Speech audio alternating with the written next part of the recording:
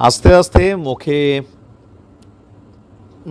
খই ফোটা শুরু হয়েছে বিএনপির আগামী দিনের যিনি চেয়ারপারসন হবেন, আগামী দিনে বাংলাদেশের প্রধানমন্ত্রী হবেন জনাব তারেক রহমান।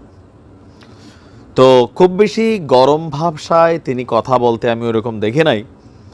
আস্তে ধীরে শান্তভাবে কথা বলেন, কিন্তু কয়েকটা কথা গতকালকে যেগুলা বলছেন একদম জামাতের এদিক দিয়ে ছেইদা ওই দিক দিয়ে বের হবে। কয়েকটা কঠিন কথা বলছেন, ইভেন তিনি এখানে হাদিসের রেফারেন্সও নিয়ে আসছেন। আচ্ছা, হাদিসের রেফারেন্সটার আগে গেল কয়েকদিন আগে জামাতের আমিরের একটা কথা থেকে আমরা শুরু করতে চাই। শফিক সাহেব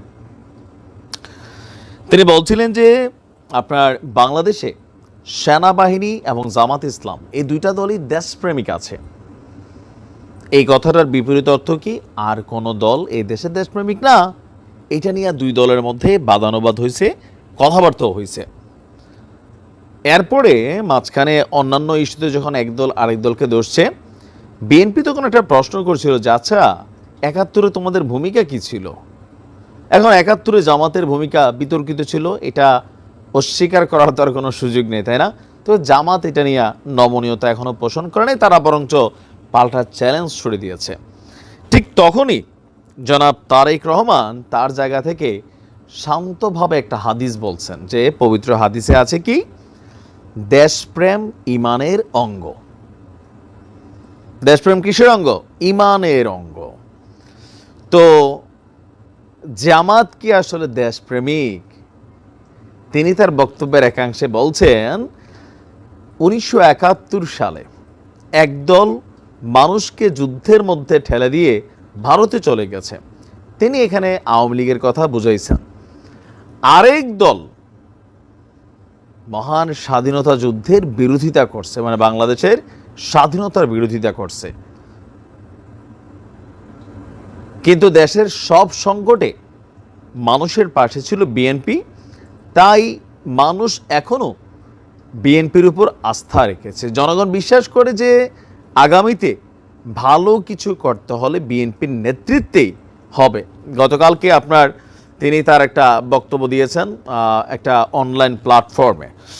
তো এখানে তার এই বক্তব্যটা এমন সময় আসলো যখন শিবিরের একটা সম্ভবত কি বলা হয় যে অনলাইন এবং অফলাইন মিডিয়া প্ল্যাটফর্ম আছে, ছাত্র সংবাদ, সেইখানে খুবই সম্প্রতি একটা বক্তব্য আসছে যেটা নিয়ে প্রধান উপদেষ্টার যারা উপদেষ্টা আছেন বা বিভিন্ন ছাত্ররা বৈষম্য বিরোধী আছেন, সমন্বয়করা, তারা যেমন সমালোচনা করেছে, ছাত্রদল করেছে, আমরাও তীব্র নিন্দা করেছি। আর সকলেরই নিন্দার পরে ছাত্র সংবাদ এটার জন্য ক্ষমা প্রার্থনা করছে।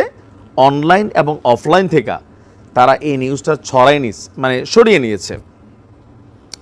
প্রশ্ন হচ্ছে যে আপনি যখন একটা কিছু বলে ফেললেন অথবা লিখে ফেললেন, তারপর আপনি সেটাকে সরাই নিলেন, মানুষের অন্তর থেকে আপনার কথার আগে সরে যাচ্ছে না যে ১৯৭১ সালে ধর্মযুদ্ধ হয়েছিল, এক ধরনের বক্তব্য দিছিল। আর বাংলাদেশের অনেকেই সেই যুদ্ধের মধ্যে না বুঝিয়া এরকম একটা বক্তব্য ছিল যে যুদ্ধে অবতীর্ণ হয়ে গিয়েছিল। সেটা নিয়ে যখন আন্দোলন চলছে, আলোচনা চলছে, সমালোচনা চলছে, এর মাঝখানে তারেক রহমান তিনি এবার জামাতের জায়গা মতোই কিন্তু তিনি টাচ করছেন যে ৭১ সালে জামাত ইসলাম স্বাধীনতার বিরোধী শক্তি হিসাবে কাজ করেছে। সুতরাং এদেশে প্রকৃত একটা দেশপ্রেমিক দল থাকলে সেইটা হচ্ছে বাংলাদেশ জাতীয়তাবাদী দল। তিনি বলছেন যে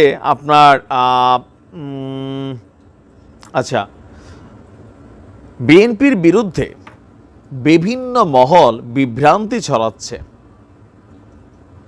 তা কোন মহল? গণমাধ্যমে যে নিউজ আসে বা আমরা যেগুলো বলি এগুলা কিন্তু মিথ্যা না, এগুলো শতভাগ সত্যি, তবে আরও অনেক খবর ছড়ায়। তিনি সেইগুলা কি বলছেন, আর আমরা যেগুলো নিয়ে নিউজ করি এগুলার ব্যাপারে তার নেতাকর্মীদেরকে কিন্তু তিনি সতর্ক করছেন যে জনগণ যদি আস্থা হারাই ফেলে, জনগণের আস্থা যদি অর্জন না করা যায়, তাহলে ৫ই আগস্টের মতন পরিণতি আবারও ঘটবে। কার কপালে? বিএনপির কপালে। এগুলো তিনি কনসার্ন করছেন, কিন্তু এর বাহিরেও তিনি বলছেন বিএনপির বিরুদ্ধে বিভিন্ন মহল বিভ্রান্তি ছড়াচ্ছে, কিন্তু মানুষের আস্থা ধরে রাখার দায়িত্ব তৃণমূলের নেতাকর্মীদের।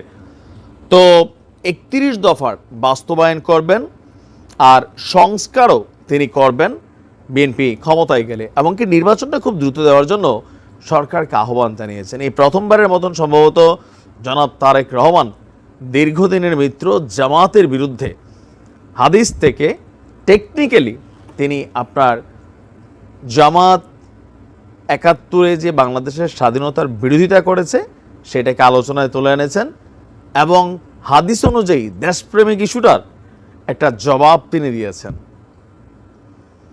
এখন দেখা যাক জামাত আবার এই বিষয়টাকে কিভাবে ডিল করে।